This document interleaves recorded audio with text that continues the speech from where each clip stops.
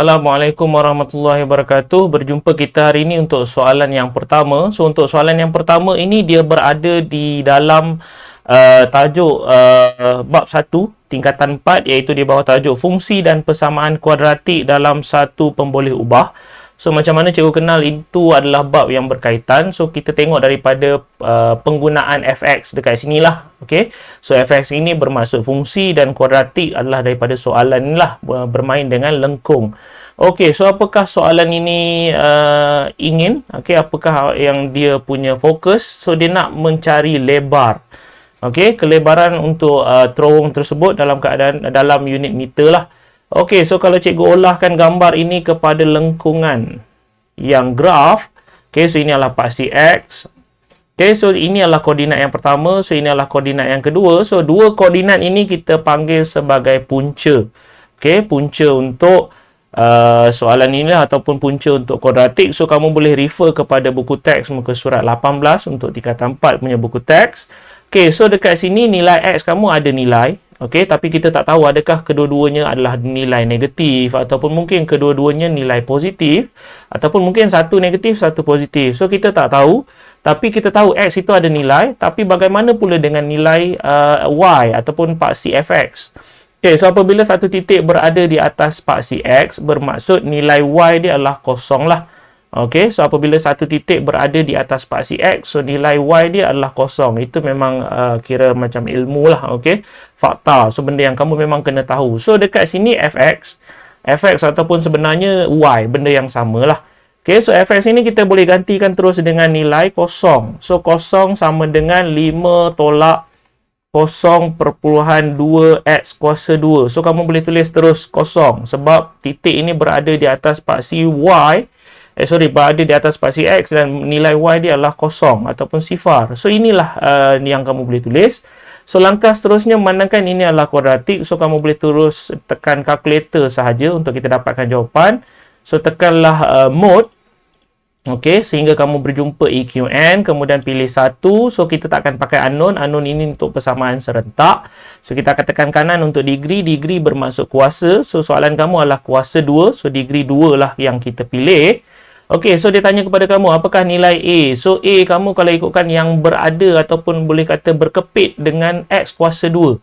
Okey, perkali yang berada di depan yang berkepit dengan X kuasa 2 adalah nilai negatif 0.2. So, kita masukkan. A kamu adalah negatif 0.2. So, bagaimana pula dengan B? B seharusnya berkepit dengan X. Okey, so dalam soalan ini B kamu tiada sebab dia tiada huruf X yang berkepit dengan huruf X. So, B kamu ialah kosong. So, manakala C yang tidak ada X bersama dengannya lah. So, kalau ikutkan nilai kamu ialah 5 untuk nilai C. So, kamu tekan jawapan, terus dah boleh dapat X yang pertama adalah negatif 5. So, boleh kamu tulis terus. X yang pertama adalah negatif 5.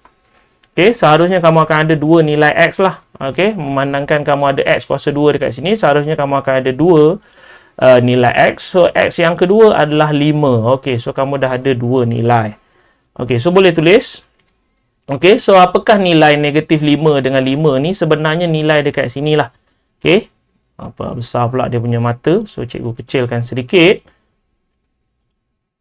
Okey, so nilai kamu negatif 5 dekat sini. Dan juga 5 dekat sini.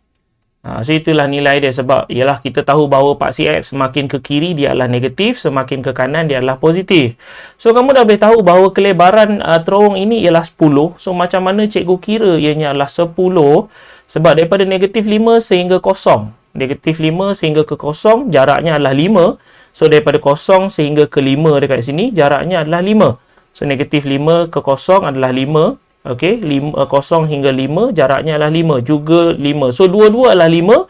So, kita tambah kedua-duanya, nilai dia adalah 10. Tapi, kamu dah ada jawapan. Tapi dekat sini, kamu belum ada, orang kata, langkah kerja yang lengkap. So, macam mana kita nak lengkapkan langkah kerja untuk markah yang penuh 4 dekat sini? So, seharusnya sebelum jawapan akhir, kamu akan ada pemfaktoran. Okey, so pemfaktoran sepatutnya akan ada dalam bentuk kurungan sama dengan kosong. Sebab kosong kamu dekat sini sama je. Kosong duduk di depan ataupun kosong duduk di belakang. So, huruf kamu adalah X ataupun unknown kamu adalah X. So, boleh tulis terus. Okey, tapi dekat sini bagaimana kita nak masukkan nilai? So dekat sini jawapan kamu adalah negatif 5. So negatif 5 kita masukkan dalam kurungan, dia akan bertukar tanda menjadi positif 5 ataupun tambah 5. So untuk dekat sini nilai kamu adalah positif 5. So bila kita masukkan dalam kurungan, dia akan bertukar tanda menjadi tolak 5 ataupun negatif 5. Daripada positif jadi negatif, daripada negatif menjadi positif. Tapi harus diingat bahawa apabila kamu cuba kembangkan, okey, apabila kamu kembangkan jawapan kamu dekat sini, okey, kembangkan kamu punya pemfaktoran, adakah dia akan dapat soalan itu balik? So kena check lah juga, okey, x tambah 5 darab dengan x tolak 5, adakah dia boleh dapat balik soalan ni? Okey, so kalau kau ikutkan, kamu cubalah buat sedikit pengiraan proses kembangan dia.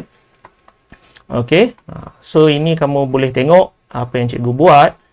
Okey, so kalau ikutkan x darab x bermaksud x kuasa 2. X darab dengan negatif 5 adalah negatif 5x. So 5 darab dengan x adalah 5x. Manakala positif 5 darab dengan negatif 5 bermaksud dia akan keluar negatif 25.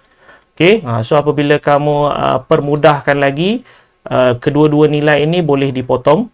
Okey, sebab satu positif, satu negatif. So, yang tinggal adalah x kuasa 2 tolak 25. So, inilah sebenarnya hasil daripada kamu kembangkan pemfaktoran kamu. So, dapat x kuasa 2 tolak 25. Bukan 5 tolak x 0.2 x kuasa 2. Bukan. So, bermaksud kamu kena letakkan x kuasa 2 tolak 25 sama dengan kosong. Sebagai yang kata permulaan lah langkah kerja kamu yang pertama. Okey, kemudian langkah kerja yang kedua adalah pemfaktoran dan jawapan akhir adalah langkah kerja yang ketiga. Dan kalau ikutkan jawapan kamu, bolehlah kamu tulis secara rasmi iaitu jawapan dia ialah 10. Barulah dia akan jadi markah kamu lengkap dekat situ. Untuk soalan ini dia tanya kelebaran, so jawapannya ialah 10. Jadi sekiranya kamu boleh faham dengan apa yang cikgu cuba sampaikan, alhamdulillah. So bolehlah kamu share kepada rakan-rakan yang lain. Dan jangan lupa untuk tekan button like dan juga seterusnya subscribe. Dan sekiranya ada sebarang komen yang nak diutarakan ataupun persoalan, boleh tinggalkan di ruangan komen di bawah. Setakat itu sahaja perjumpaan kita untuk hari ini. Assalamualaikum warahmatullahi wabarakatuh.